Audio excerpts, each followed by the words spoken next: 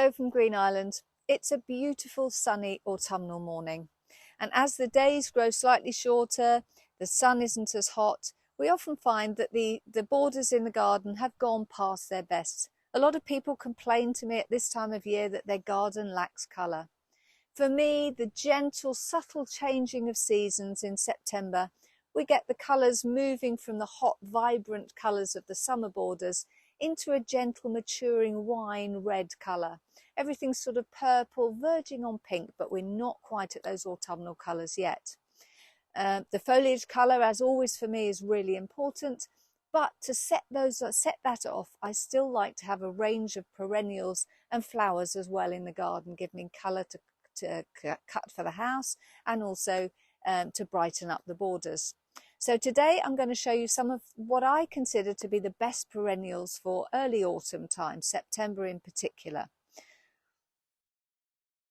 For the purpose of this video, I'm going to exclude the real stalwart perennials, the best ones that are covered in separate videos. Alströmerias, penstemons, salvias are the real main three, which you could fill your borders with and have plenty of colour. But I'm going to show you some different ones. And this one is one of my favourites. I'm standing in front of it here. Beautiful perennial called Cimicifuga racemosa atripurpurea. Atripurpurea because, would you believe it, this lovely ferny foliage, when it emerges in the spring, is a beautiful deep burgundy colour. And that burgundy colour persists right through the season. You can still see some of the top leaves have got their colour. But it makes a lovely foil for the other plants featuring earlier in the year. And then as the stems lengthen as we get into September, and these lovely heads of flowers, rather like bottle brushes, come out. But the best feature about these is the beautiful scent. It's almost vanilla-y, quite sweet, and it's really, really attractive to insects, butterflies especially. Bumblebees love it, and waving around in the wind, it looks really beautiful, especially against a clear blue sky. Most people aren't aware of the scent because of its height. It's traditionally grown further back from the edge of the border. And this means people don't pass close enough to notice the scent, but it does really well as a cut flower and will scent a whole room. Really attractive perennial. They have renamed it, along with virtually every other autumn flowering perennial they have renamed, and it now goes under the name of Actia. But I still prefer to know it as Cimicifuga. There are different varieties, some without the purple foliage, but this one I think you can't go far wrong with. They take a little while to establish and really clump up, but once you've got a nice group, it makes a really spectacular feature. And you can see a little bumblebee there feasting on the nectar. Really lovely plant. Now, most gardens, or a lot of them, you will see sedums in. The classic ice plant, perennial that goes on for months and months and months and is brilliant for wildlife, especially butterflies. The most commonly grown one is Autumn Joy. The name has again changed, being an autumn colour, autumn perennial, Hylotelephium. I still know them as sedums, but I would encourage you to look for different varieties. This one is called Purple Emperor, and it has this lovely purple foliage. Well, particularly when it's young, the new growth is really, really vibrant and deep purple. It does slightly lose its colour as the season goes on, but it grows these much more dainty heads. The Autumn Joy can be really quite heavy heads, and eventually they fall apart, leaving the centre of the plant exposed. This one, Purple Emperor, makes a lovely foil for different perennials through the season as it's growing.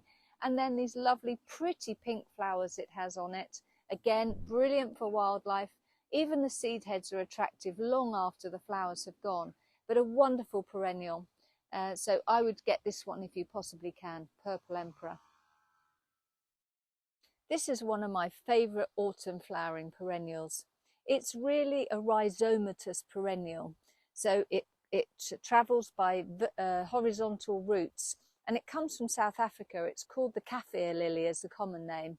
It used to be called Schizolstelis coccinea, and this variety is major. It has this lovely bright orangey red colour, which I think goes so well with the autumn colours when we get into the fiery oranges and reds of all the acers colouring into October. And this will flower right from August right through to the first really hard frost. So often it will still be going into December.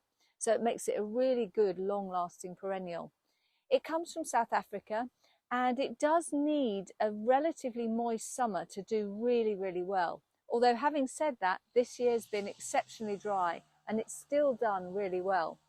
Now this plant is one of the ones that we sell most volume of on our mail order catalogue, especially this variety, Major. There are lots of other varieties as well. Sunrise is beautiful clear pink, and Zeal Salmon is a sort of cross between this one and the clear pink, and then an even paler one which we grow here, Fenland Daybreak. But an excellent perennial, not too tall. The flowers tend to close on a cloudy or wet day, and when you get the sunshine they open up beautifully like this. But a really lovely perennial for a splash of colour in the autumn. So next to this lovely Schizolstelis Kaffir lily, or changed name to Hesperantha, we've got this lovely little low-growing perennial here. Seldom seen in gardens, it's called Zauschneria, and I believe they may well have changed the name of this one as well. It has this lovely silvery blue foliage and then topped with these beautiful orange flowers, which again go on for a really long period of time. It's excellent for a rockery or dry bank. It won't thrive if it gets too wet, so really good for a sunny, dry position. There are several different cultivars of this Zauschneria. Albrick Silver has particularly silvery leaves. This one I believe is Dublin. There's another one called Carmen, and there is even a variety with pale pink flowers called Solidarity Pink. But all of them have this sort of glaucous blue grey foliage, so excellent next to the rooter here and lovely with the grasses, excellent for a sunny dry spot. This is a little bright and cheery perennial. It's pretty little yellow, bright daisy-like flowers, Coreopsis verticillata moonbeam it's called. Not widely available. I've grown it here in this sunny spot in the gravel for many, many years, and we're always asked about it. Unfortunately, we did lose it a couple of years ago when we had a couple of really, really wet winters. But I've managed to replace it this year, managed to source some plants from Hardy's Cottage Perennials. So there's a plug for them. They have an excellent range of perennial plants, offer mail order as well. But this one is just 3 plants that I've replaced this year, and they've grown really well already. Excellent for the insects as well, but a really lovely sunny splash of colour. This is a lovely perennial for a shady spot particularly, Anemone japonica.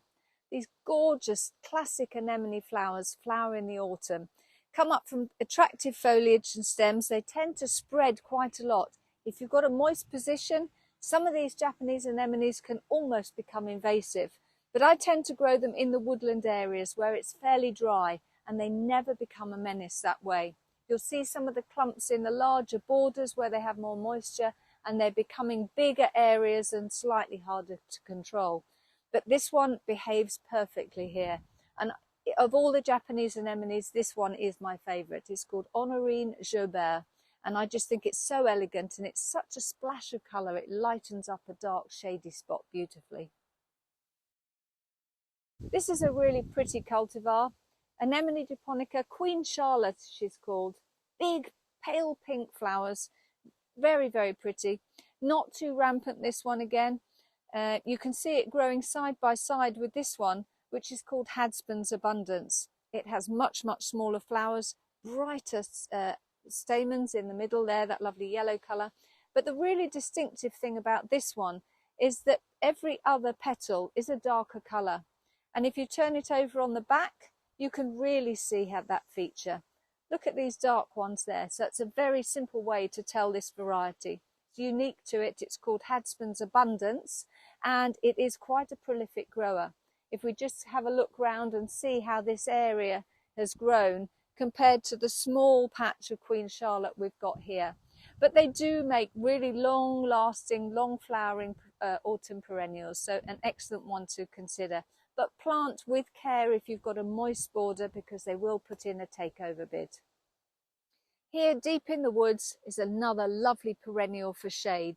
Unusual, it flowers in the autumn. Shoma palmatum, it's called. Palmatum because of the lovely palmate hand-shaped leaves, which makes attractive foliage right through the season. And then these lovely, pretty, clear yellow, buttercup yellow flowers that persist right through September and October. Excellent perennial, slow growing. It doesn't put in a takeover bid, but it might be quite difficult to find, but it's definitely worth seeking out if you've got a shady spot and you want to brighten it up in the autumn. Shoma palmatum. This is a lovely statuesque perennial. Aconitum carmichaelii royal flush it's called, or monk's hood is a common name. Again, not many people are aware that you can get aconitums that flower in the autumn. Most of the Napellus cultivars flower much earlier in June and July. But this one I think is absolutely beautiful. It contrasts so beautifully with this Euonymus alatus compactus. The fiery pinky red colour, distinctive of September, contrasting with the blue of the aconitum, I think just makes a wonderful combination in the autumn. Another classic of the traditional herbaceous border for September would be Michaelmas daisies. Asters, as they're known, they're genus, but again they've changed the name, Symphia tricon, but we won't worry about that. Now a lot of them tend to get a lot of mildew, which can be a real problem in the garden. And for that reason, a lot of people stop growing them. But there are a few varieties that I've grown here at Green Island for many years, and we don't seem to have a problem, A, with having to stake them, or B, with mildew, which is often a big problem when you get a very dry summer. Now, this one is one of my favourites. This is lovely bright cerise pink, and it's called Aster Andenkenen Alma Pochka. A bit of a mouthful, especially when you change its first name to Symphia tricon, but it is one of my favourites. For a taller, later flowering aster, again you can see the insects swarming around it. It's a really good doer for September. Alternative size-wise, this is a lovely aster. This is called Purple Dome, lovely dwarf variety, just smothered in flowers, and you can see a hive of activity with insects, the bees, the hoverflies, and even the butterflies.